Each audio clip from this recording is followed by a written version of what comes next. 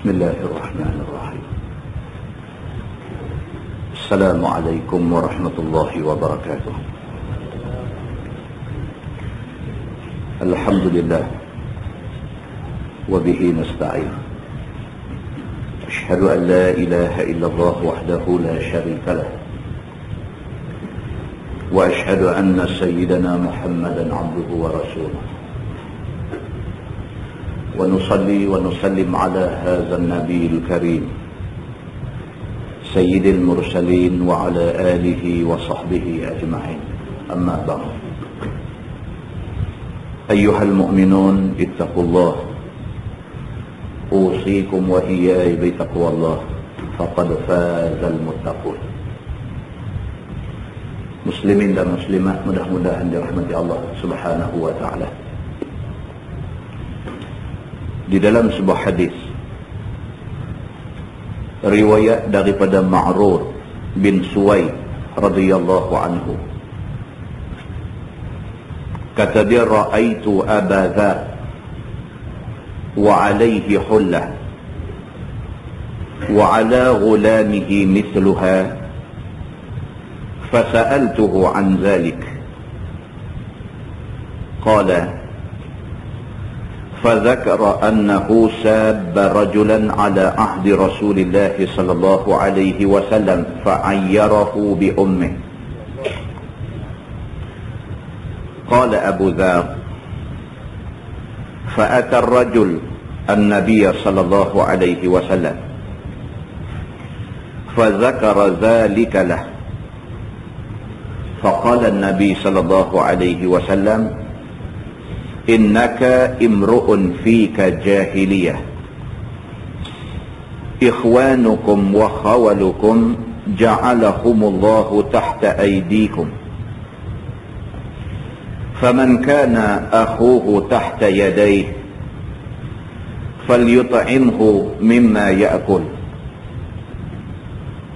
وليلبسه مما يلبس ولا تكلفوهم ما يغضبهم فإن كلفتموهم فأعينوهم عليه أو كما قال. Hadis sahih riwayat Imam Muslim. Seorang sahabat Nabi yang bernama Al-Ma'rur bin Suwaid, dia menceritakan, kata dia, satu hari aku lihat Abu Dzar radhiyallahu anhu, dia memakai satu pasang pakaian. Seorang sahabat Nabi yang bernama Al-Ma'rur. Al-Ma'rur kata satu hari dia pergi ke rumah Abu Dzar. Bila dia sampai di rumah Abu Dzar, dia dapati Abu Dzar memakai sepasang pakaian. Wa ala ghulamihi mithluha, dan khadam Abu Dzar ataupun budak suruhan Abu Dzar juga memakai pakaian serupa macam yang dipakai oleh Abu Dzar. Itu ceritanya. Bukan dia nak cerita kata dia pergi rumah Abu Dzar, tengok Abu Dzar pakai baju pun nak cerita. Tapi dia nak cerita kata bila dia pergi rumah Abu Dzar, dia mendapati Abu Dzar dengan khadam dia pakai baju serupa. Bos dengan kuli pakai baju sama. Itu maksud dia. Jadi ini satu benda pelik. Patut bos mau ada baju lain sikit. Kuli dengan bos mana boleh sama. Tapi bila dia pergi ke rumah Abu Dzar, didapati Abu Dzar dengan khadam dia pakai baju serupa. Fasa'altuhu an dzalik. Maka Al-Ma'rur tanya Abu Dzar, pasal apa kamu dengan khadam kamu pakaian serupa? Qala, kata Al-Ma'rur, fadzakara annahu sabba rajulan ala ahdi Rasulillah sallallahu alaihi wasallam fa'ayyarahu bi ummih. Abu Dzar pun cerita kepada Ma'rur yang tanya dia, pasal apa dia dengan kuli dia pakai baju sama, pasal apa dia dengan hamba dia baju pakaian serupa. Abu Zar jawab kepada Al-Ma'rur ni. Dia kata, aku nak cerita kepada kamu satu kes, satu peristiwa yang berlaku pada aku pada masa Nabi SAW masih hidup dulu. Dia kata, pernah satu hari aku telah memaki seorang laki-laki. Sabba rajulan. Sabba makna dia maki. Satu hari aku maki satu orang laki-laki. Fa'ayyarahu bi ummih. Aku hina dia ni sampai ke mak dia aku hina sekali. Ini Abu Zar, dia pernah buat benda ni masa tu Nabi hidup lagi. Dia jumpa satu orang laki-laki, dia maki kawan ni, maki punya maki sampai ke peringkat mak kawan tu pun dihinanya. Qala Abu Zar, fa'ata ar-rajul an-nabiy sallallahu alaihi wasallam fa zakara zalika lah. Kawan yang kena maki dengan Abu Zar ni, lepas Abu Zar maki dia pergi jumpa Nabi SAW. Dia cerita kepada Nabi tentang kisah dia dimaki oleh Abu Zar. Pergi mengadu ke Nabi. Dia kata, ya Rasulullah, macam mana Abu Zar ni kata dia sahabat kamu, tapi dia boleh maki aku. Dia maki aku sampai mak-mak aku dia maki sekali. Apa dia ni? Pergi mengadu benda ni kepada Nabi SAW. Faqala Nabi SAW. Nabi SAW lepas dengar laporan, lepas dengar report daripada kawan yang kena maki dengan Abu Zar ni, Nabi SAW pergi cari Abu Zar. Bila jumpa Abu Zar, Nabi kata dekat dia, innaka imru'un fika jahiliyah. Nabi kata, kamu ni nampaknya perangai jahiliyah tak boleh nak hilang lagi daripada diri kamu ni. Maknanya perbuatan suka memaki ini perbuatan ahli jahiliyah. Orang tak erti agama, itu maksud dia. Orang tak erti agama. Bila mulut duduk capui, maki, tak tentu sebab dan sebagainya, ini perangai orang jahiliyah. Nabi SAW pergi cari Abu Zar. Nabi terus kata dekat dia, innaka imru'un fika jahiliyah. Sesungguhnya kamu ni Abu Zar nampaknya masih ada lagi perangai jahiliyah dalam diri kamu. Walaupun kamu sudah jadi Islam, walaupun kamu sudah jadi sahabat aku, tetapi oleh kerana kamu masih lagi suka duk menaki orang, kamu menghina mak orang dan sebagainya, bermakna kamu masih lagi tak boleh buang perangai jahiliyah. Ikhwanukum wa khawalukum ja'alahumullahu tahta aydikum. Kemudian Nabi SAW bagi nasihat kepada dia. Nabi kata, walaupun orang itu hamba kita, walaupun orang itu pak saudara kita, walaupun orang itu siapa juga dengan kita, kalau sekiranya Allah Subhanahu wa taala takdirkan mereka duduk di bawah jagaan kita, maka sesungguhnya mereka itu amanah yang Allah bagi dekat kita. Nabi nasihat dia. Nabi kata, wahai Abu Zar, aku nak bagi ingat dekat kamu. Walaupun orang tu hamba kamu, khadam kamu, orang suruhan kamu, kamu boleh keriau pada dia, kamu boleh marah dia, kamu boleh arah dia pergi sana sini ikut kehendak kamu, tetapi dia manusia. Nabi kata, walaupun dia kuli kamu, walaupun dia hamba kamu, tetapi dia manusia. Sebagai manusia, dia tidak patut dimaki. Sebagai manusia, dia tidak boleh dihina sebegitu rupa. Maka Nabi SAW kata, walaupun dia hamba, tetapi oleh kerana dia ditakdirkan duduk bawah jagaan kamu, maka dia merupakan amanah yang Allah bagi dekat kamu. Kamu wajib kena jaga dia. Dia amanah Allah bagi dekat kamu. Faman kana akhuhu tahta yadayhi falyut'imhu mimma ya'kul wal yulbishu mimma yalbas wa la tukallifuhum ma yaghlibuhum fa in kallaftumuhum fa'ainuhum alayh. Nabi SAW kata, maka barang siapa yang mempunyai saudara yang duduk di bawah tangan dia, siapa juga kalau sekiranya ditakdirkan dia ni dipertanggungjawabkan untuk jadi bos, untuk jadi ketua, untuk jadi penghulu kepada hamba dan sebagainya, Siapa juga yang jadi bos, jadi ketua, jadi pemimpin, dia bertanggungjawab untuk menjaga orang yang ada di bawah tangan dia. Falyut'imhu mimma ya'kul, maka hendaklah kamu bagi makan dia apa yang kamu makan. Wal yulbishu mimma yalbas, dan hendaklah dia pakai apa yang dia, hendaklah dia bagi pakai kepada orang yang duduk bawah tangan dia apa yang dia pakai. Kalau sekiranya dia ada orang gaji, kalau sekiranya dia ada khadam, kalau sekiranya dia ada budak suruhan dan sebagainya, maka hendaklah dia jaga mereka ni sampai macam tu sekali. Islam suruh.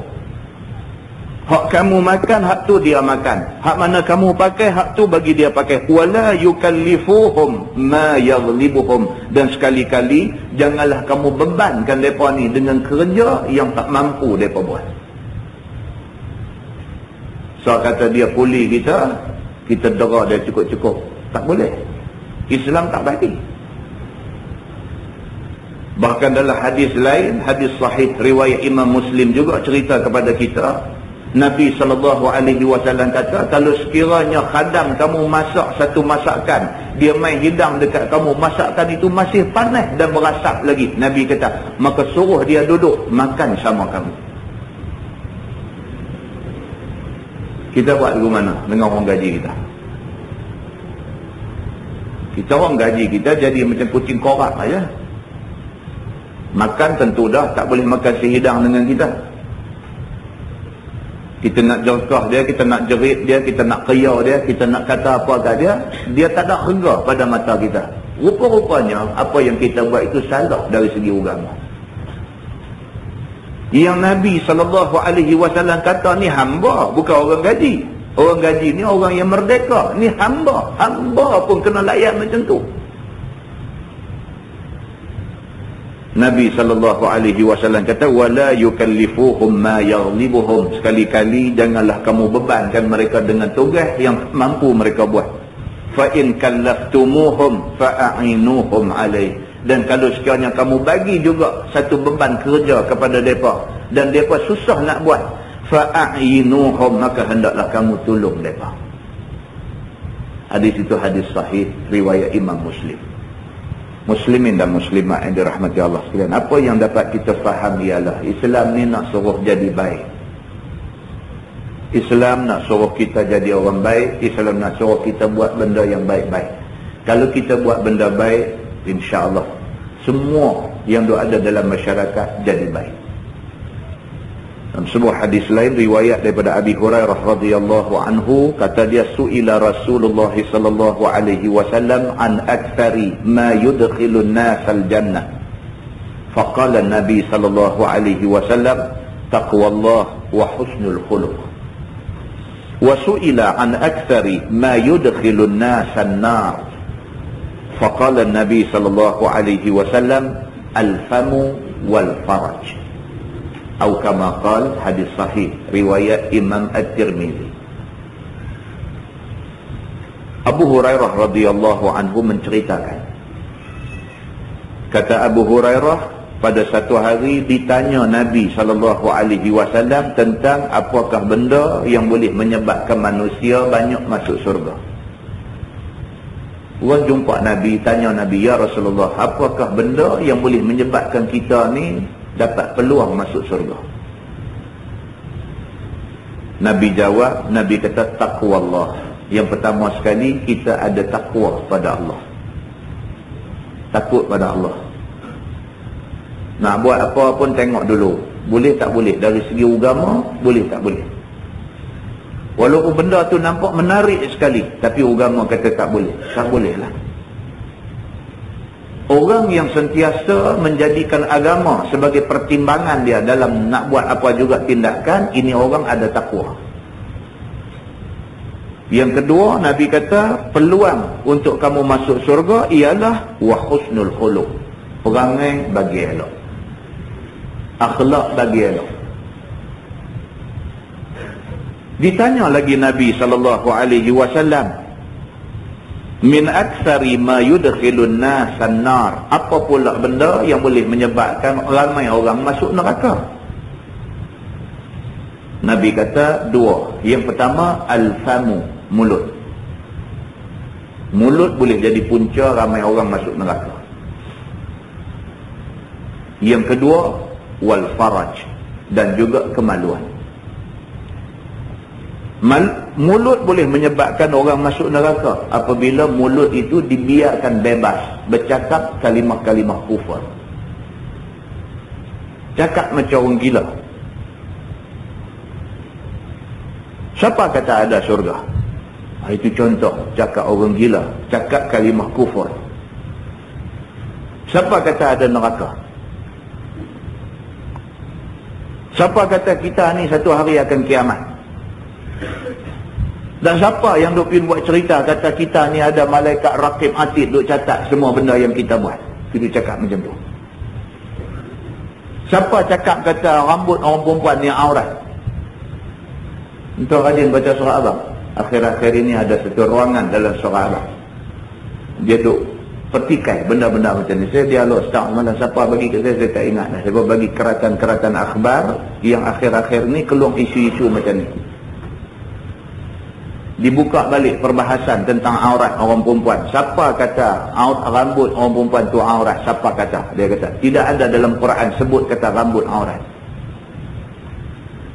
Dan yang betul dalam Quran tidak sebut rambut aurat, tidak sebut. Tapi Quran memerintahkan supaya orang perempuan ini tunduk pandangan mata dan melabuhkan tudungnya sampai tutup dada. Itu ayat dalam Qurannya.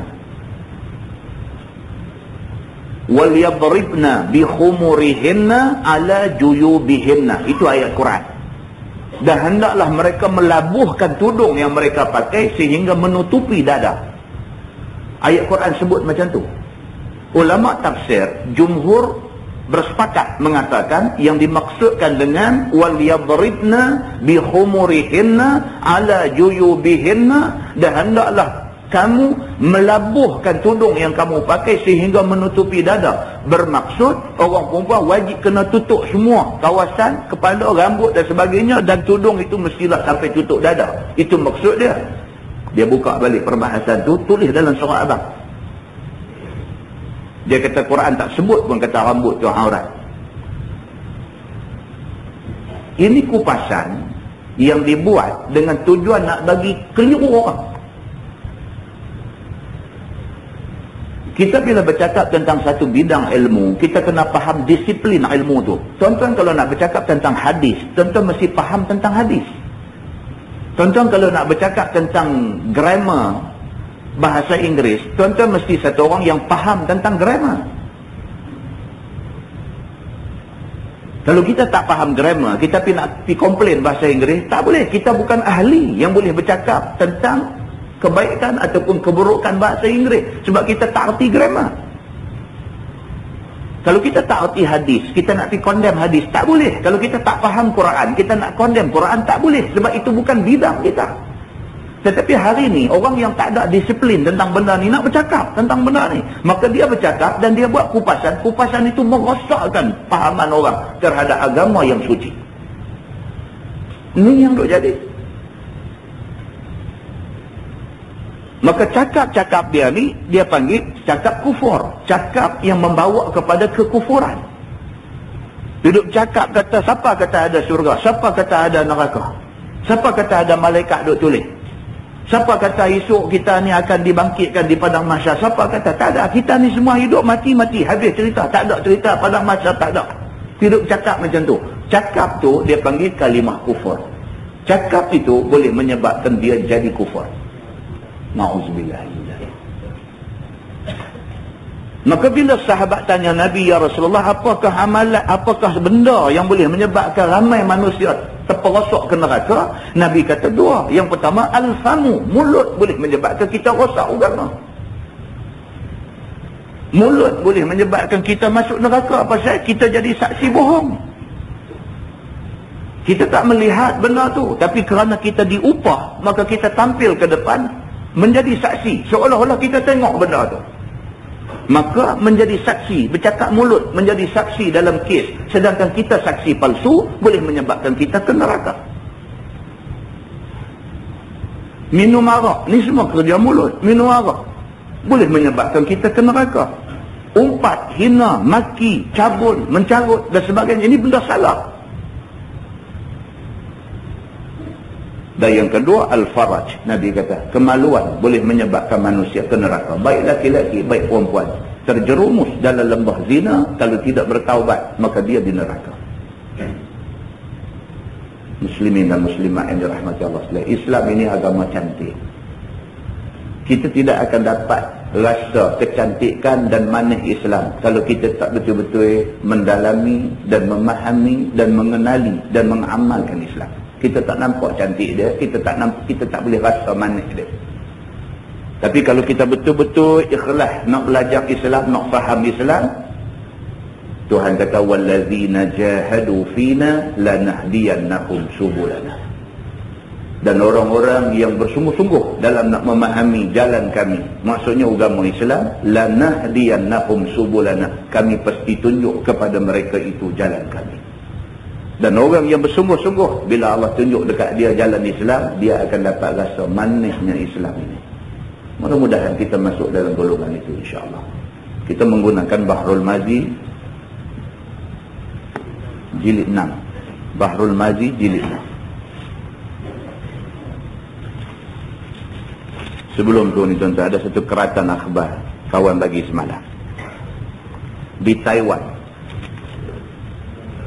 mayat bayi menjadi menu makanan paling popular di Taiwan. Dan tengok ni, dunia apa nak jadilah ni. Di Taiwan, ada restoran-restoran tertentu menyediakan hidangan mayat bayi. Mana-mana orang perempuan yang menggugurkan kandungan itu sudah berlembaga, ada kepala, ada tangan, ada kaki, dia boleh pergi jual di restoran ni dengan harga sekitar RM70. Kemudian mereka akan buat masak khas. Kemudian mayat bayi dihidangkan dalam satu pinggan, ada gambar semua, siap semua. Dan dia ni Taiwanis ni duk makan mayat bayi. Dahsyat punya cerita. Ada kawan bagi semalam. Saya balik baru duk baca, tengok apa nak jadi dunia. Inilah hidangan istimewa sebuah restoran bayi barbecue dia panggil. Kemudian ni gambar dia duk makan tangan budak, tangan bayi, daripada bau sampai ke tangan kecil, budak kecil. Bayi duk makan. Dalam pinggan duk ada kepala dengan perut yang dah terburai. Dia duk robek makan. Ini baru, satu penemuan baru hasil daripada kemajuan di Taiwan. Adakah kita nak menjadi macam tu? Kita tak mahu. Kenapa orang Taiwan jadi macam tu? Kerana mereka tidak mendapat petunjuk Allah. Islam tidak menjadi jalan hidup mereka. Mereka jadi macam tu. So kita tak mahu jadi macam tu. Kita nak Islam jadi jalan hidup kita. Islam tak pernah suruh kita buat kerja yang macam-macam. Baik, kita menggunakan Bahrul Mazi jilid 6. Muka surat 63. Okay. Muka surat 63. Kita masuk satu bab baru. Bab ma jaa fi fadli talbiyah wan nahri. Itu bab yang datang pada menyatakan kelebihan talbiyah dan menyembelih. Ni sembelih ni, sembelih korban, bukan sembelih mak. Dan baca surah abang berapa hari lepas? 2-3 hari lepas dah. Kemarin, surah abang kemarin di Muar dah. Di Muar, Johor. Sembelih mak. Tuan-tuan, apa lagi? Tuan-tuan nak fikir apa lagi? Islam perlu untuk menyelamatkan keadaan manusia yang semakin bercelaru. Budak sembelih mak di Muar ni tak ada mental case.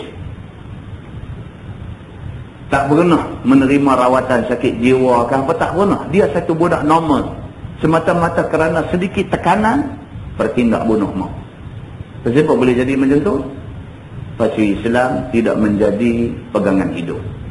Manusia boleh jadi lebih teruk daripada tu. Baik. Tajuk pada malam ini ialah bab yang menyatakan kelebihan talbiyah dan menyembelih binatang korban. Ketahuilah saudaraku, bermula kelebihan talbiyah dan menyembelih pada hari raya haji itu telah datang hadis yang menerangkan atas kelebihannya itu. Ada banyak kelebihan. Maka hadis-hadisnya itu telah dikeluarkan oleh Imam At-Tirmizi. Katanya an Abi Bakr As-Siddiq radhiyallahu anhu anna an-nabiy sallallahu alaihi wasallam su'ila ayyul haji afdal. Qala an-nabi sallallahu alaihi wasallam al-ajju wal-ajju. Maksudnya diriwayatkan dari seorang sahabat Nabi sallallahu alaihi wasallam yang masyhur lagi khalifah bagi Nabi sallallahu alaihi wasallam.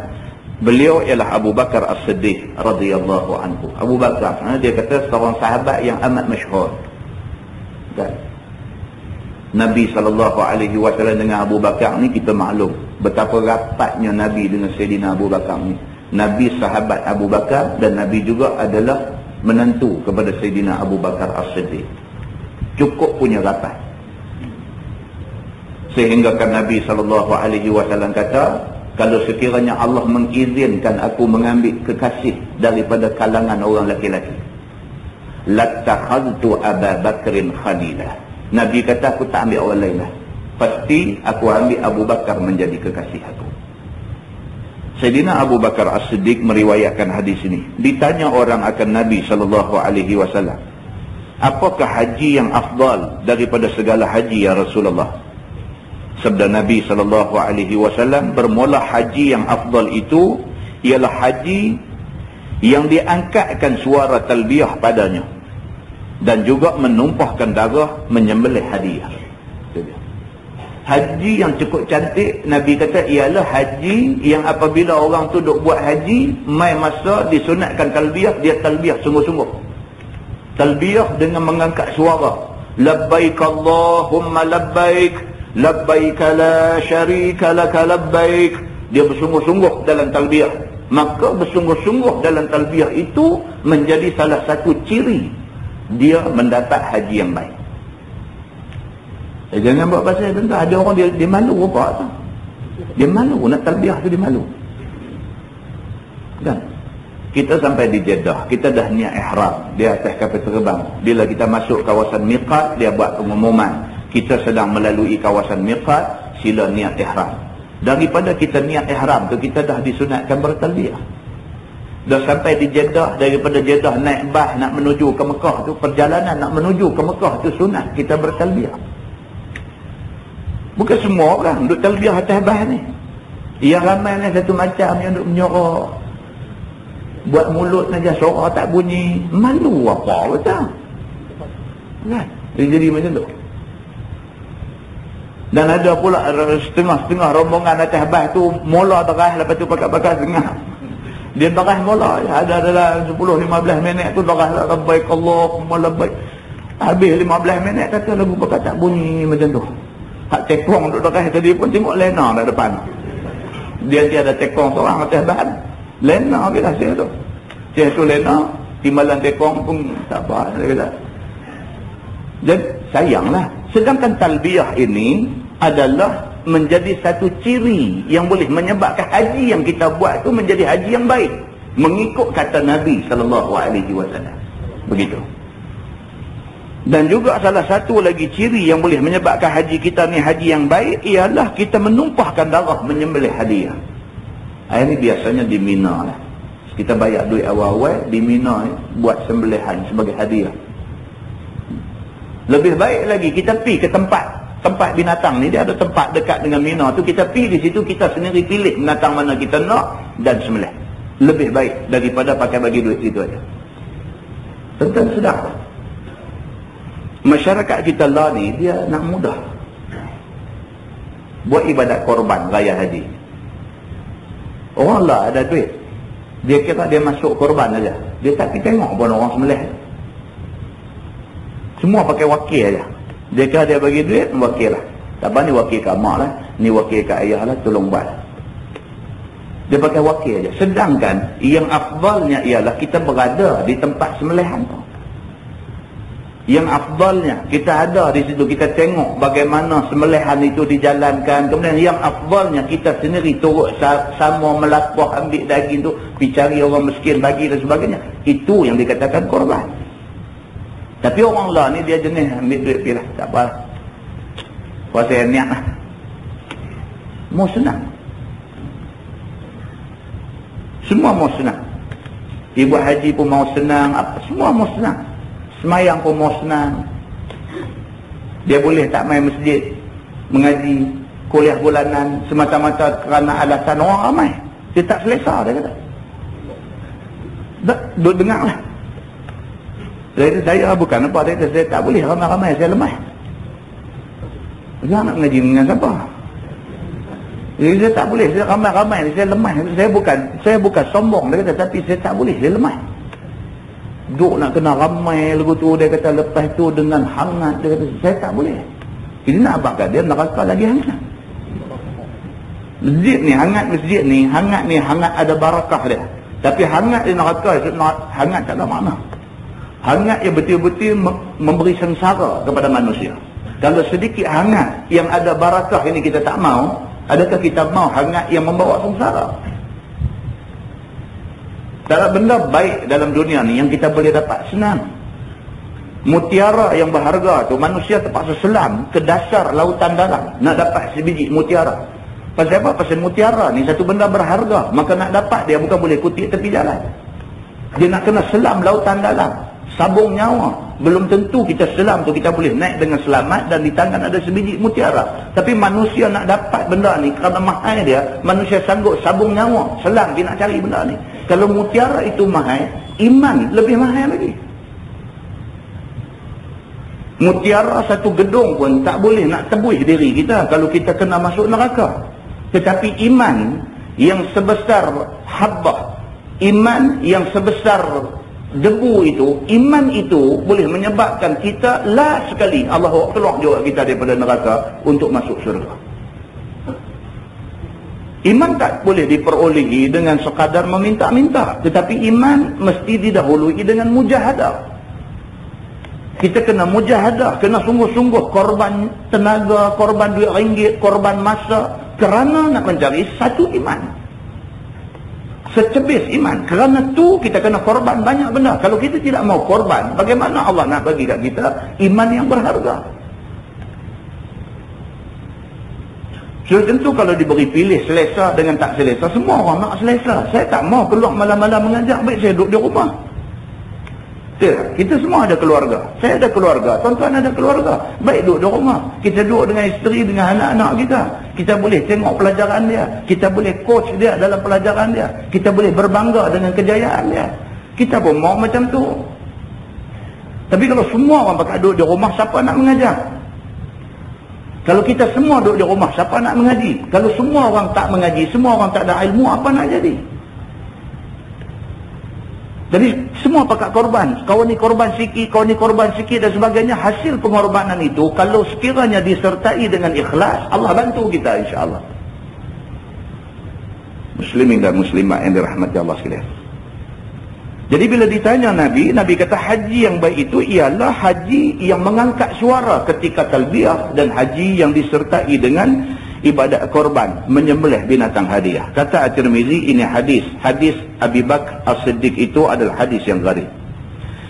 Dan lagi satu hadis yang dikeluarkan oleh At-Tirmizi akan menunjukkan kelebihan talbiyah itu dengan katanya, An Sahl bin Sa'd radhiyallahu anhu qala Rasulullah sallallahu alaihi wasallam, ma min muslim yulabbi illa labba man an yaminihi aw an shimalihi min hajarin aw shajarin aw madarin hatta tanqati' al-ardu min hahuna wa hahuna. Maksudnya diriwayatkan daripada seorang sahabat Nabi sallallahu alaihi wasallam yang masyhur dengan nama Sahal bin Sa'ad radhiyallahu anhu. Katanya telah bersabda Nabi sallallahu alaihi wasallam, tiada seorang Islam daripada sekalian orang Islam yang mengucap talbiyah iaitu labbaik Allahumma labbaik sehingga akhirnya, melainkan mengucap talbiyah mereka itu dari kanannya atau dari kirinya, daripada batu dan kayu dan tanah, sehinggalah putus suara di bumi daripada sini dan di sini. Maka itulah kelebihannya talbiyah itu. Siapa yang mengucapkan dia, maka semuanya menyahut bersama dengan mengucap dengan dia. Itu dia. Nabi SAW kata, Masa kita duk bertalbiyah, tu duk labbaik Allahumma labbaik, labbaik la syarika laka labbaik. Bukan kita saja, bukan orang hak duduk dalam rombongan kita acah baik kita saja. Bahkan Nabi kata semua benda yang ada keliling kita, batu, kayu, semua benda yang Allah cipta di atas muka bumi ini, bila kita talbiyah, mereka bersama talbiyah dengan kita. Cuma kita tak dengar.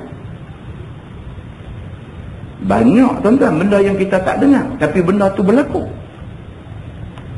Di antaranya apa? Di antaranya soal muka nakir dalam kubur.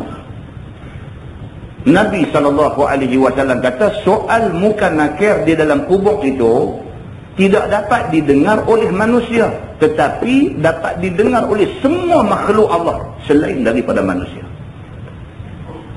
Kalau ada ayam, ada itik, ada kucing, ada apa kawasan tu, mereka dengar. Mereka dengar no bunyi malaikat muka nakir duk tanya orang dalam kubur no, ma rabbuka, man nabiyuka, ma qiblatuka. Soalan-soalan tu lain daripada manusia, semua dengar.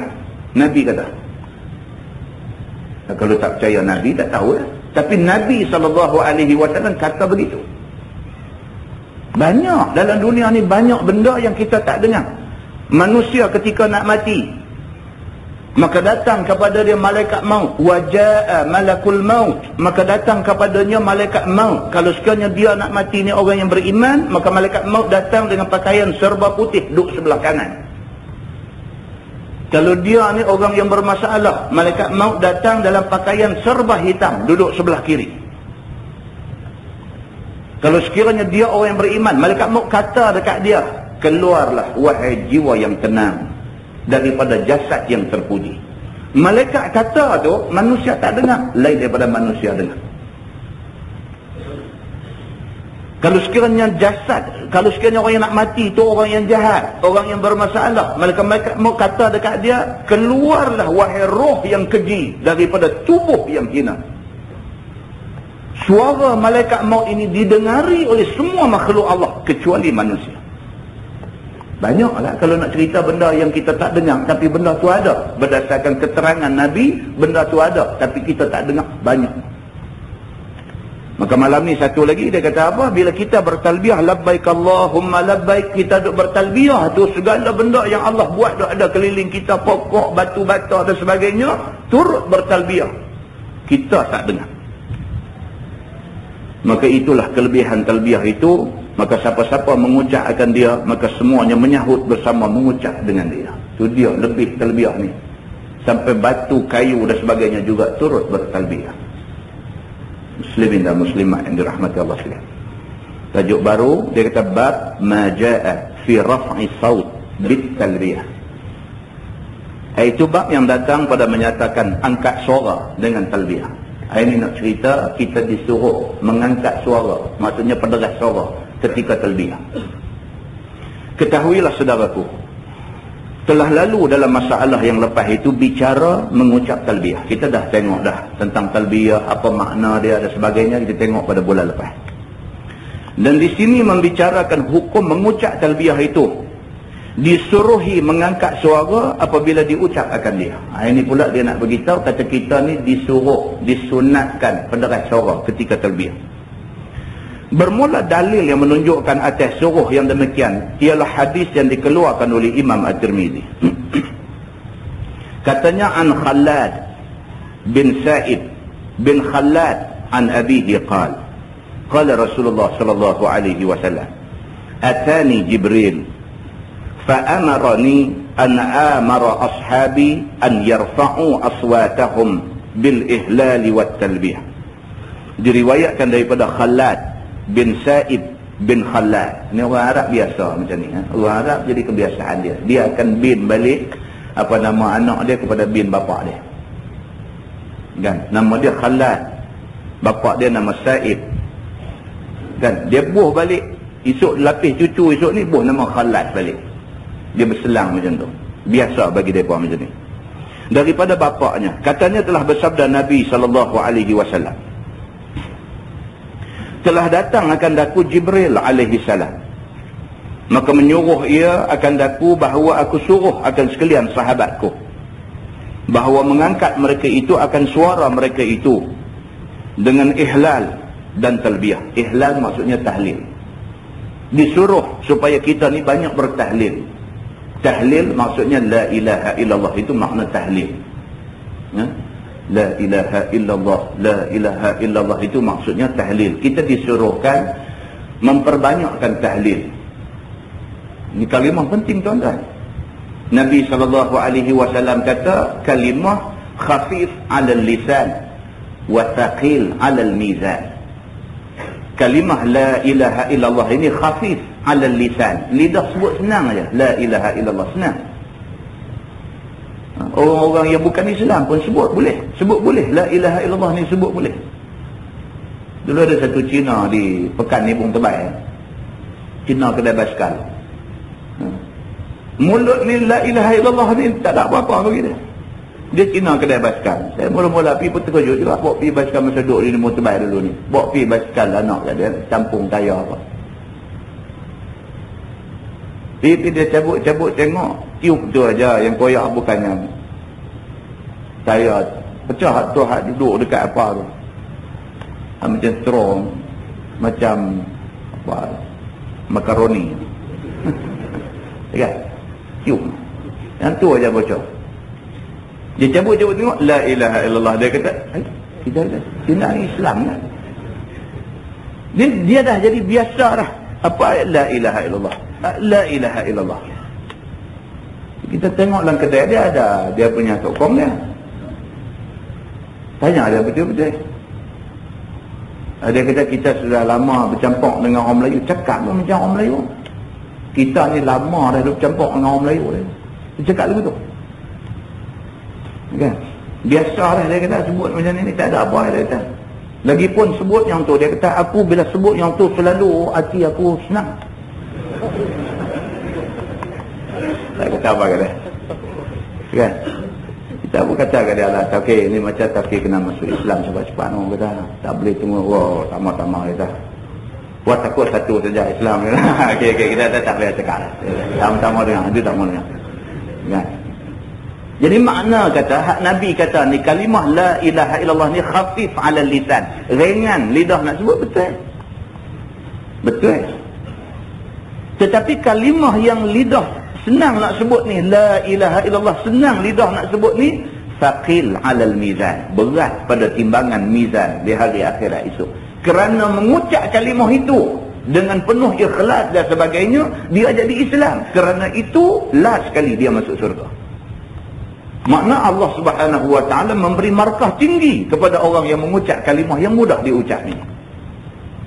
Selama dia ada di sana, di Mekah tu, dia kata banyakkan bertahlil. Dia kata sebut la ilaha illallah ni bagi banyak, dan juga banyak bertalbiyah. Kata Imam At-Tirmizi, dan pada bab ini ada riwayat daripada Zaid bin Khalid dan Abi Hurairah dan Ibni Abbas. Dan katanya lagi bermula hadis Khalad daripada bapaknya ialah hadis yang hasan lagi sahih. Masalah mengangkat suara dengan talbiyah itu bagi siapa? Ini pun nak kena tanya juga. Siapa? Adakah orang lelaki, orang perempuan semua pun disuruh angkat suara, atau orang lelaki-lelaki saja, perempuan tak payah ke, ataupun macam mana? Begitu. Kata Imam Nawawi rahimahullahu ta'ala dalam Syarah Al-Muhazzab, dan sunat bagi lelaki-lelaki mengangkat suara dengan talbiyah. Yang tu jelas. Lelaki-lelaki kok mana cerita pun sunat bertalbiyah dengan suara deras. Sekira-kira tiada mudarat pada dirinya. Mudarat tu ujung tak lekat. Sekira-kira tiada mudarat pada dirinya, kita disuruh bertalbiyah dengan suara deras. Deras jangan sampai mudarat lah. Hidup ria sampai jadi macam lebih orang kena histeria cebat ke pun karut juga. Kan ada juga kalau dia jadi tak tahu mana, dia jadi rancak lagu mana tu, sampai bangkit lagu duk buat cedik badan macam hebat tu, dengan tu labai qadar meruduk ria sampai orang cekang macam nak putih. Agama tak suruh lah kita buat, tapi jadi susah macam tu. Kan kita duk baca banyak dah hadis bagaimana Islam tak suruh. Masjid ni kan yang kita baca dulu mukaddimah cerita tentang Zainab yang sembahyang di masjid regang tali tu. Masjid ni kan kita dah baca dah. Islam tak suruh sampai macam tu. Islam suruh kita buat sembahyang sunat, tapi tak maulah sampai nak mudarat diri, sampai nak regang tali di masjid. Bila dah tak larat dah nak sembahyang sunat, tak larat nak berdiri dah, sampai paut di tali tu bangkit berdiri semayang juga sampai macam tu. Bila Nabi SAW masuk, tengok Nabi kata, apa ni tali, apa ni? Sahabat kata, ni tali yang digunakan oleh Zainab. Dia semayang sunat ni terlampau punya rajin. Bila dia dah tak larat dah, dia akan bergantung di tali itu untuk bangkit semayang sunat. Nabi dengar macam tu, Nabi kata, rongkai bang tali ni. Nabi kata, sembahyang sunat kalau tak larat, hendaklah duduk sahaja. Nabi kata. Sama lah dalam masalah talbiyah pun. Kita disuruh bertalbiyah dengan suara deras. Tapi kalau sampai nak jadi mudarat, itu tidak disuruh oleh agama. Begitu. Dan ada pun perempuan, jangan ia menyaringkan suara dengan mengucap talbiyah. Bahkan mengucap ia sekadar terdengar pada dirinya juga. Bagi orang perempuan pula, talbiyah ni tak payahlah derat macam mana derat lelaki-lelaki. Memadailah dia sebut sekadar dengar dia. Labbaik Allahumma labbaik, labbaik la syarika laka labbaik, innal hamda, macam tu aja. Jangan dinyaringkan suara dia. Kata Ar-Ruyani, maka jika mengangkat perempuan itu akan suaranya dengan mengucap talbiyah, nescaya tiada haram dia. Kalau dia penderah, pendapat Ar-Ruyani. Ar-Ruyani ini satu orang imam dalam mazhab fiqh. Dia kata dalam bab talbiyah ni, kalau orang perempuan penderah juga suara, dia kata taklah sampai jadi haram. Dia kata kerana bukannya ia aurat atas qaul yang sahih. Dia kata deras suara untuk talbiyah ini, pada ketika itu suara tidak jadi aurat bagi perempuan. Macam mana orang perempuan jadi cikgu? Orang perempuan jadi cikgu. Suara orang perempuan ni pada dasarnya aurat. Maksud kata aurat suara orang perempuan ini ialah hendaklah dia jaga jangan sampai suara dia tu boleh menjadi satu fitnah. Menjerit sampai orang pun nak takut dengar, ataupun menyanyi melolong-lolong, khayau tak tentu punca dan sebagainya, itu suara sudah jadi fitnah. Pada ketika itu suara orang perempuan sudah dianggap aurat. Aurat maksudnya benda yang sepatutnya dia tutup, sembunyi daripada pengetahuan orang. Tapi dalam kes-kes tertentu, seperti orang perempuan jadi guru, sejak daripada zaman Nabi SAW lagi, isteri-isteri Nabi guru. Sayyidatina Aisyah guru, orang duk main tanya dia, orang duk main belajar ke dia, bermakna dia guru. Maka Aisyah terang dekat orang tentang ilmu, suara Aisyah tidak dianggap aurat. Maka pendapat Ar-Ruyani, dia kata memandangkan talbiyah ini benda yang baik. Dia kata benda yang disuruh oleh agama. Kalau orang perempuan pedas, Sohib dan Al-Bandani, kebanyakan ulama berpendapat bahawa orang perempuan kalau pedas suara makruh ketika talbiyah. Pedas suara makruh. Ar-Ruyani seorang aja yang mengatakan tak apa. Jadi ceritanya kita ambil apa? Orang perempuan tersadarlah. Talbiyah kadar dengar telinga itu sudah cukup baik bagi orang perempuan. Dan bermula orang yang khunsa, merendah dia akan suaranya seperti perempuan jua, telah menyebut akan dia oleh sahibul bayan. Bagi orang khunsa juga, dia macam orang perempuan. Suara dia bagi slow. Maka ialah yang zahir. Kemudian bawah tu dia duk ulang talbiyah lagi. Kita terus tengok bawah sekali. Bawah sekali. Muka surat yang sama bawah sekali. Masalah berkata-kata dalam masa mengucap talbiyah, apa hukumnya? Apa hukum kita bertalbiyah sambil bertalbiyah celah-celah tu bercakap dengan orang? Apa hukumnya? Kata Imam Nawawi dalam Syarah Muhazzab, dan disunatkan jangan berkata-kata pada masa pertengahan talbiyahnya dengan amar ataupun nahi ataupun lain daripada keduanya. Maksudnya masa duduk talbiyah tu tak usah selang dengan cakap-cakap yang tidak ada kena-mengena dengan talbiyah. Talbiyah saja, tak usah sembah. Tetapi jikalau diberi salam orang atasnya, nescaya dijawab salamnya. Jawab wajiblah. Dia hidup beramai bagi salam ke orang tak disuruh. Dan dia duduk labbaik Allahumma labbaik, labbaik la syarika laka labbaik, assalamualaikum. Dia duduk tak disuruh. Dia kata. Tapi kalau dia tengah duduk bertalbiyah, orang bagi salam ke dia, jawab salam tu wajib. Talbiyah itu sunat. Maka dahulukan wajib daripada sunat. Cerita dia macam tu. Macam kes kita dengar cerita seorang abid billah, Juraij apa nama, kan dia semayang sunat, mak dia main panggil dia, kan dia tengah semayang, dia dengar suara mak dia panggil, dia berbelah bagilah, nak semayang terus ke nak pergi mak, dia mak panggil, kan. Jadi dia buat keputusan terus semayang lah. Sebab dia ingat kata semayang ni menghadap Allah. Ni mak dengan Allah, mak bawalah. Allah lagi besar, dia duk ingat macam tu. Rupa-rupanya menyahut panggilan mak itu wajib, sedangkan semayang yang dia duk buat tu semayang sunat. Maka sewajarnya dia berhenti semayang sunat, pergi sahut panggilan mak dia. Tapi Juraij sudah salah perhitungan di situ, dan yang kemudiannya mak dia pula pergi ingatkan elok sikit kat dia, dan Allah uji dia.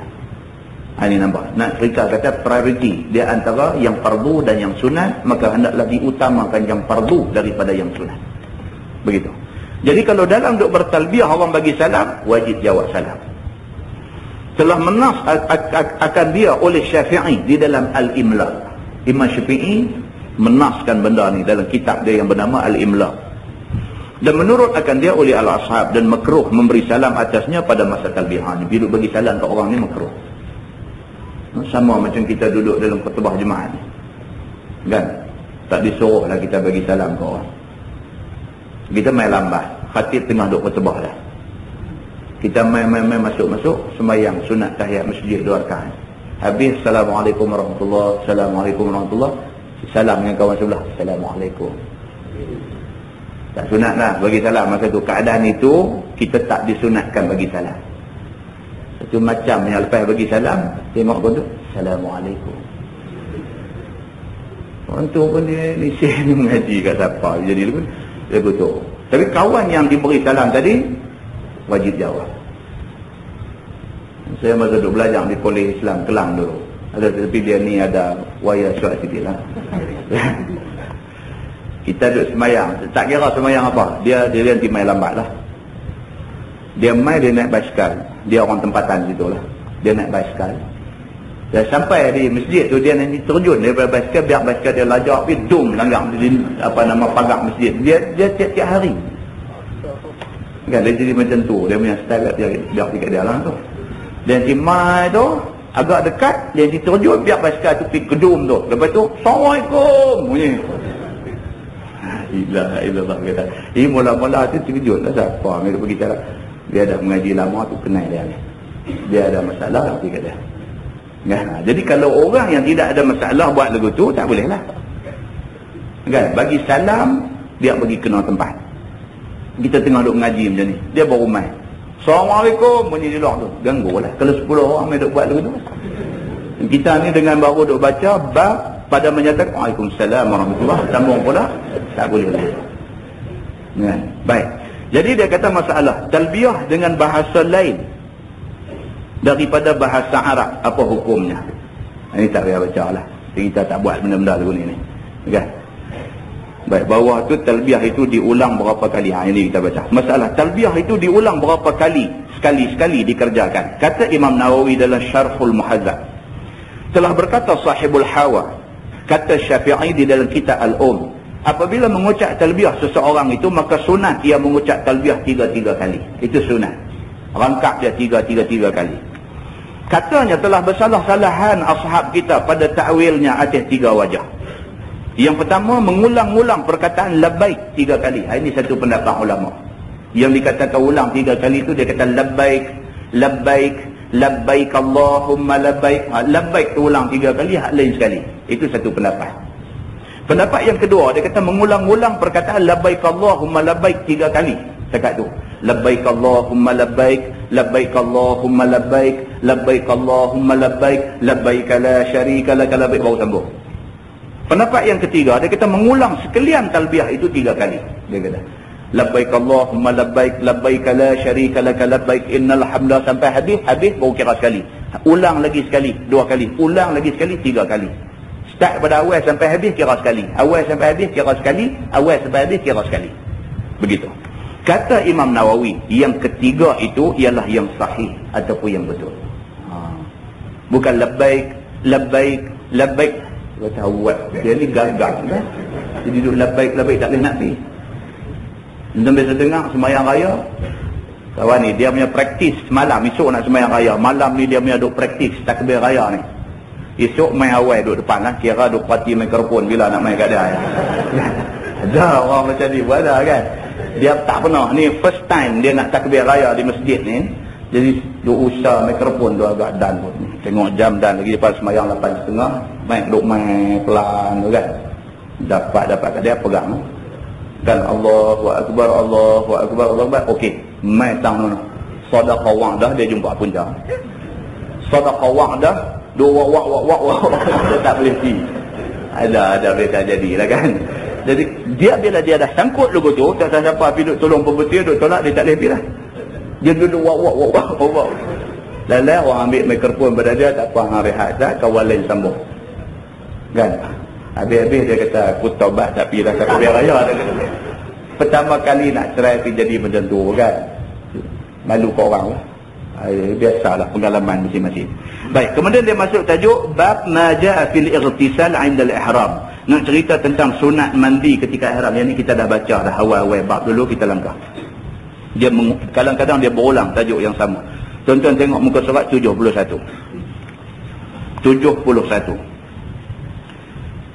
Bawah tu dia tulis bab ma jaa fima la yajuzu lil muhrim labsu. Yang ni penting. Bab ni penting. Bab ma jaa fima la yajuzu lil muhrim. Ini kita nak sebut. Muhrim maksudnya apa? Orang yang di dalam ihram. Tapi kita dalam masyarakat kita kata ini muhrim saya. Ini abang saya, dia adalah muhrim saya. Abang kita bukan duduk dalam ihram. Dia duduk di tanah liat, dia tak duduk dalam ihram. Ihram tu nanti di sana, duduk dalam ihram. Jadi kenapa betul yang ni? Muhrim maksudnya orang yang dalam ihram. Yang kata orang yang haram kahwin ni, bapa kita, abang apa semua ni, yang ni dia panggil mahram. Mahram, bukan muhrim, mahram. Begitu. Di sini ni muhrim bab ma jaa fima la yajuzu lil muhrim labsu. Itu bab yang datang pada menyatakan hadis yang membicarakan barang yang tiada harus bagi orang yang ihram memakainya. Yang ni penting tuan-tuan. Kita duduk dalam ihram, apa benda yang menjadi larangan kita? Penting. Ada yang pergi sana buat haji ifrad. Jadi sampai-sampai tu duduk dalam ihram lah. Lepas tu dia main dengan sakit kepala, dengan pening kepala, dengan apa, dia duduk jadi raplah. Ni nak pakai minyak cat kapak boleh tak boleh? Kita duduk dalam ihram. Ini pun jadi masalah. Walaupun benda tu kita kata kecil, tapi bagi setengah orang besar. Dia buat haji ifrad, dia duduk dalam ihram. Lah ni dia pening kepala, dia sakit kepala, dia nak pakai minyak kapak boleh tak boleh? Yang dia tahu pakai wangi-wangian tak boleh bagi orang yang dalam ihram. Ni minyak kapak. Minyak kapak ni kalau pakai ada juga bau. Bau dia pun kira wangi juga. Adakah minyak kapak termasuk dalam wangi-wangian? Boleh tak boleh pakai? Dengan kerana boleh tak boleh tu dia lagi pening. Dia memang dah duduk pening dah. Ini leceh. Jadi kita kena mengaji benda ni. Baru kita tahu, baru di sana kita buat tu buat tak silap. Begitu. Ni satu lagi, ni kita nanti jumpa ni bab sampai pakai plaster atas kepala boleh tak boleh. Orang laki-laki ihramnya ialah kepala. Tak boleh pakai. Walaupun kita di sini ketayak tak pernah buang. Kita masa duduk di Malaysia ni, tapi bila pergi sana duduk dalam ihram, ketika kita ni muhrim, tak boleh pakai ketayak. Tayak tak boleh, serban tak boleh, apa tak boleh. Tak macam mana ke pergi semayang, tak mana bangkit, tersanduh apa kan, luka cari di atas kepala ni. Boleh tak boleh tempel plaster dia tu. Ini semua benda-benda yang tidak mustahil berlaku ketika kita berada di sana. Masa tu jadi, masa tu nak kena selesai masalah, nak pergi cari siapa? Pergi cari pakar rojok tabung haji, pergi cari tak jumpa. Ini orang ramai ni, cari tak jumpa. Tanya kawan tu serupa kita aja. Tanya dia serupa macam tak tanya lah. Jadi itu ceritanya. Jadi kalau kita dah didedahkan dengan benda ni, bila benda tu accidentally berlaku di sana, dan kita tahu macam mana cara nak keluar daripada masalah tu. Kita tak mau kita buat satu keputusan yang silap. Lepas tu dah habis dah haji semua, balik mai sini baru mai duk mengaji, dengar Allah. Dia duk mai Allah. Aku dulu buat begitu macam mana jadi haji apa pun, haji nombor tu haji apa, dia dulu susah haji. Dah, itu ceritanya. Ketahuilah saudaraku, bagi orang yang ihram itu ada yang harus dipakainya dan ada yang tidak harus dipakainya di dalam ihramnya. Itu ceritanya. Maka barang yang harus dipakainya itu banyak, tidak terkira. Adapun yang tidak harus dipakai di dalam ihram itu sedikit. Dengan sebab itu datang pada hadis menyebutkan Nabi SAW menjawabkan soal orang dengan barang yang tiada harus dipakai, sebagaimana hadis yang dikeluarkan oleh Imam At-Tirmizi. Dia kata Nabi ada sebut benda-benda yang kita tak boleh pakai ketika kita di dalam ihram, begitu. Hadisnya Ani bin Umar radhiyallahu anhuma annahu qala qama rajulun faqala ya Rasulullah madza ta'muruna an nalbasa min ath-thiyabi fil haram. Diriwayatkan seorang sahabat Nabi SAW yang alim besar dan masyhur dengan nama Abdullah bin Umar bin Al-Khattab radhiyallahu anhuma. Sudah. Abdullah bin Umar bin Al-Khattab, anak Sayyidina Umar.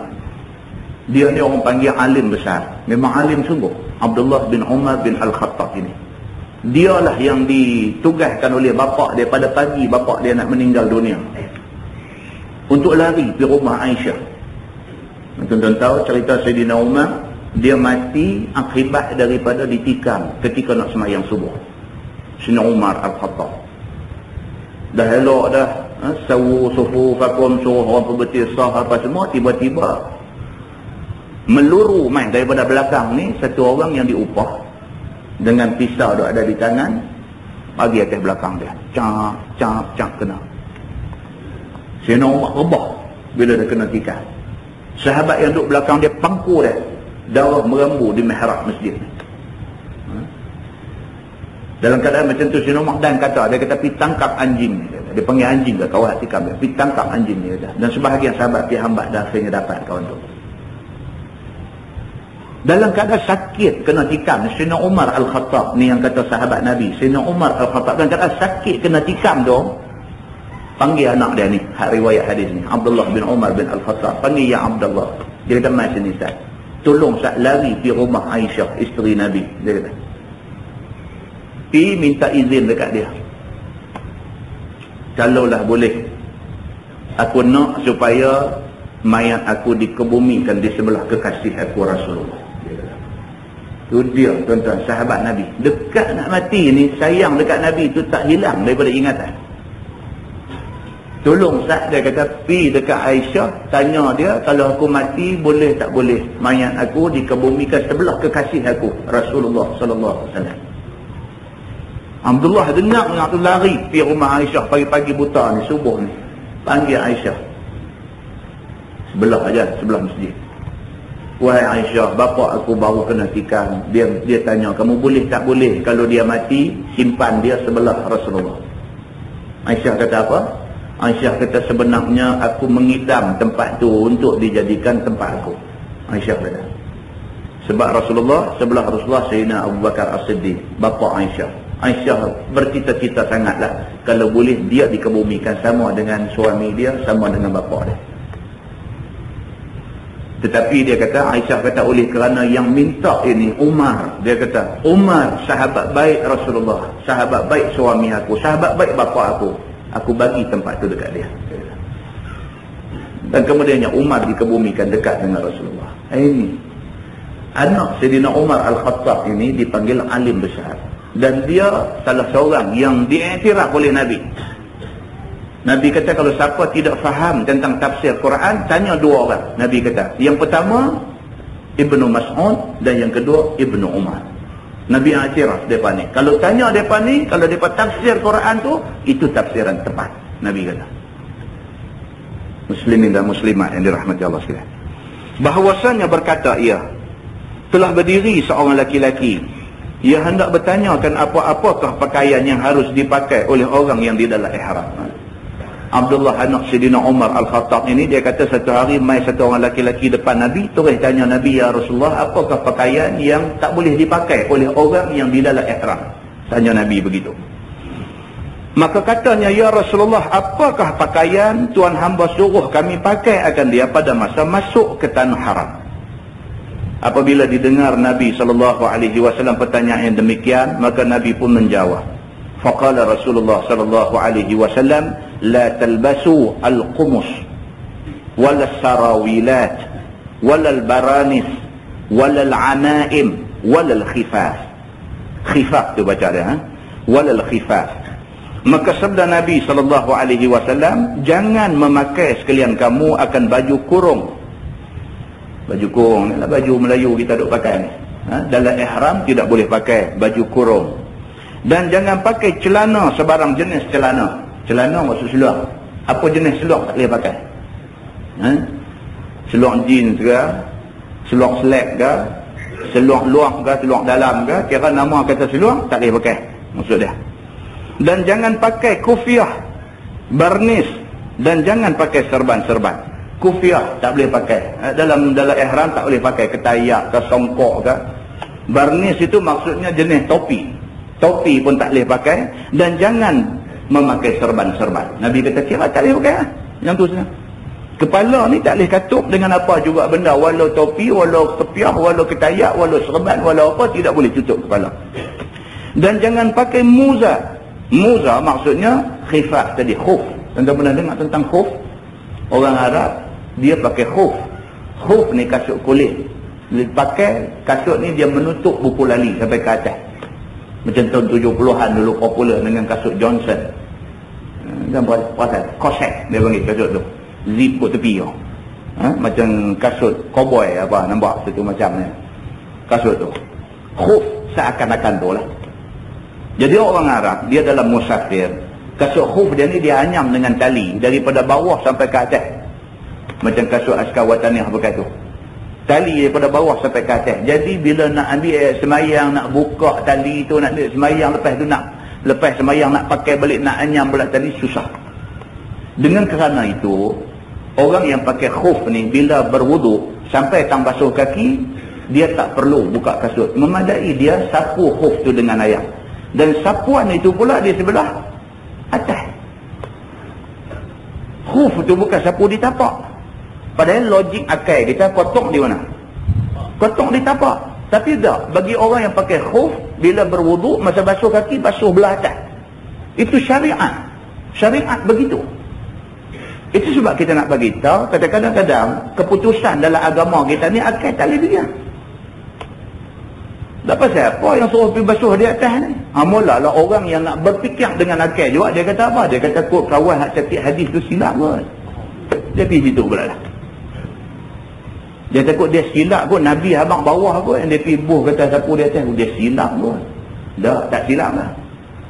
Seperti mana tidak silapnya Sayyidina Umar Al-Khattab apabila tengok orang pakat dia berebut nak kucuk Hajarul Aswad. Sayyidina Umar Al-Khattab tengok orang nak kucuk Hajarul Aswad ni, batu. Hajar ni makna batu. Hajarul Aswad maksud batu hitam. Sayyidina Umar duk tengok orang duk kucuk batu tu, dia kata demi Allah, dia kata kalau tidak kerana aku tengok Nabi kucuk kamu, aku tak kucuk kamu. Nah abang kata itu ibadah ubudiyah. Itu ibadat yang menuntut kita mengabdi diri. Tak boleh tanya. Tak boleh kita tanya pasal apa istimewa batu ni sampai kita nak kena cium dia. Tak boleh tanya pasal apa, pasal Nabi kucuk dia, bermakna itu syariat. Disyariatkan dalam Islam, walaupun kucuk itu bukan wajib, tetapi dia disyariatkan, sabit daripada Nabi buat. Sayyidina Umar kata kalau nak kira logik akal aku, hang batu. Tak nak pasal aku nak pergi kucuk hang. Tapi oleh kerana Nabi kucuk, maka aku kucuk. Ini ceritanya. Jadi dia kata di sini, dia kata orang yang di dalam ihram bukan sahaja tak boleh pakai benda yang menutup kepala, bahkan tidak boleh pakai muza. Muza ni maksud khifah. Apa nama khifah ni maksudnya khuf, kasut yang bertutup rapat, buku lali semua tutup, itu tidak boleh pakai semasa di dalam ihram. Di dalam ihram ni dia kena pakai na'al, kena pakai jenis selipar yang banyak kawasan yang terdedah. Kalau pada masa itu tidak ada na'al, tidak ada selipar yang boleh kita pakai, yang ada hanya kasut tu mesti ditebuk sehingga nampak buku lalinya. Dia mesti bagi nampak buku lali. Tu pun kalau nak tanya, saya pun tak boleh jawab. Lagi satu soalan buat dojolok main atas meja, Ustaz rasa apa kalau kasut nak kena tidur tebuk pula, tidakkah itu membazir duit, nama merosakkan kasut? Susah saya lah macam tu. Sebab ini syariat agama yang begitu. Baik, sambung hadis tu.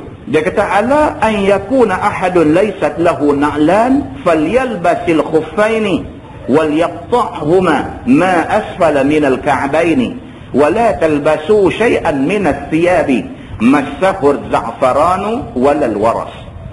Melainkan bahawasanya ada seseorang itu tiada baginya dua na'al. Dia tak ada selipar nak pakai.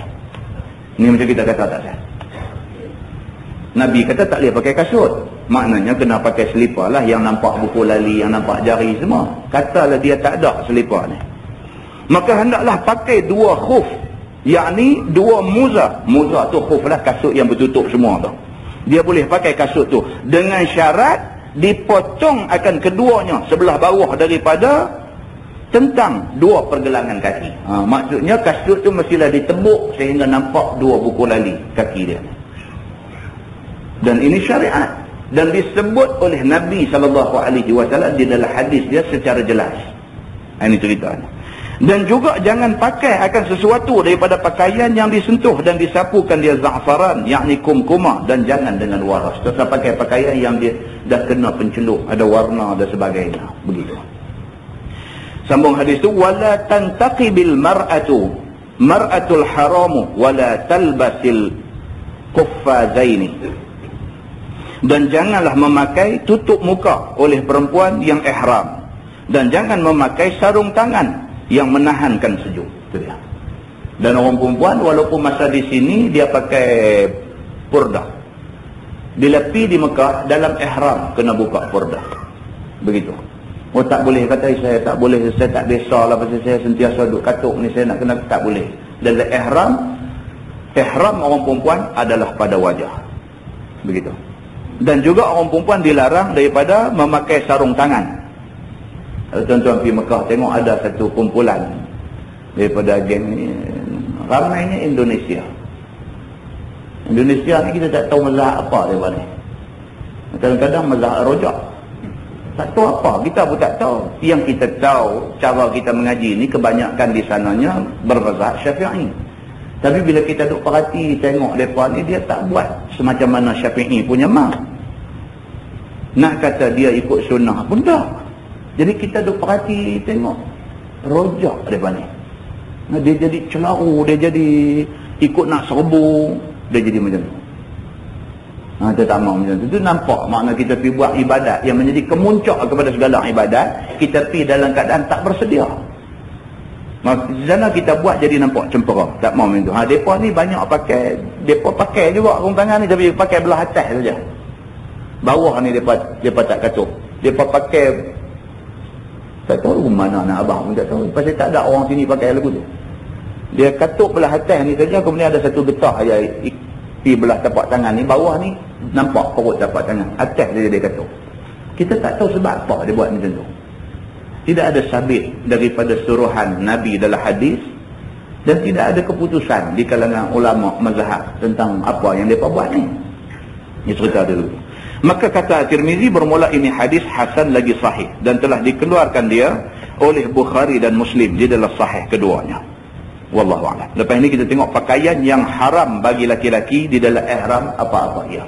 Orang laki-laki yang betul-betul tak boleh pakai masa ihram apa dia? Dia kata, dia akan detailkan kepada kita satu persatu insya-Allah. Itu daripada Allah, yang tak baik itu silap saya. Kita tangguhkan dengan tasbih kafarah dan suratul Asr.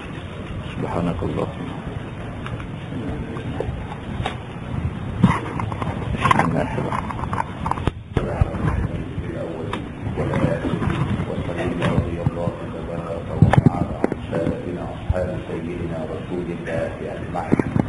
Bismillahirrahmanirrahim. Alhamdulillahi rabbil alamin. Hamdan yuwaffi ni'amahu wa yukafi. Ya Rabbana lakal hamdu kama yanbaghi li jalali wajhika wa 'azimi sultanika. رضينا بالله ربا وبالإسلام دينا وبمحمد نبيا ورسولا. اللهم افتح علينا فتوح العارفين وارزقنا فهم النبيين بجاه خاتم المرسلين. اللهم فقهنا في الدين وعلمنا التأويل واهدنا صراطك المستقيم. اللهم أرنا الحق حقا وارزقنا اتباعه وأرنا الباطل باطلا وارزقنا اجتنابه.